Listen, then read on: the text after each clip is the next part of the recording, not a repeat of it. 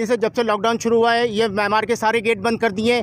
यहाँ के रहायशी उनको शदीद तकलीफ़ात हैं, लेकिन उसका कोई एहसास नहीं है उनको।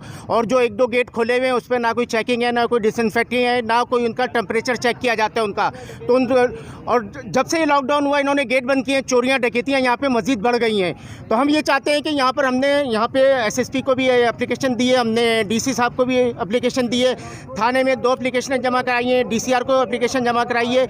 हमने अपने कानूनी तकाजे पूरे कर लिए हैं और अब यहाँ पे सारे म्यांमार के रहायशी अपनी मदद आपके तहत ये गेट खोल रहे हैं।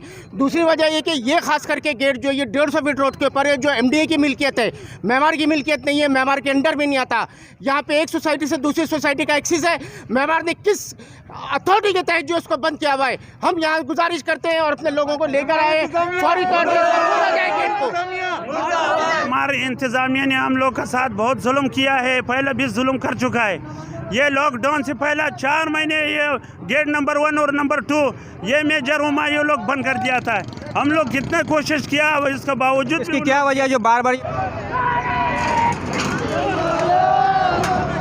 नाज़रीन आप देख सकते हैं कि शेज़ोर जो है, हम अपने कैमरामैन से चाहेंगे कि गाड़ी लेके आए हैं और इसको बैरियल को खींचा जा रहा है और आवाम जो है बहुत शदीद गुस्से के अंदर है। उनका कहना है कि हम लोग इस बैरियल की वजह से बहुत परेशान हैं और शदीद मुश्किलात का सामना है। हमने कई एप्लीकेशन भी दी इस बैरियल को खुलवाने के लिए, लेकिन कोई बाला अहकाम ने कार्रवाई नहीं की गई।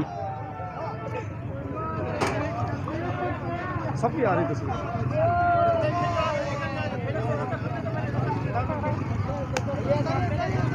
आप क्या मैसेज देना चाहेंगे? भाई बेरोजगारी परेशान लोग हो रहे हैं, आम पब्लिक परेशान हो रही, गाड़ी कैसे जाएगी?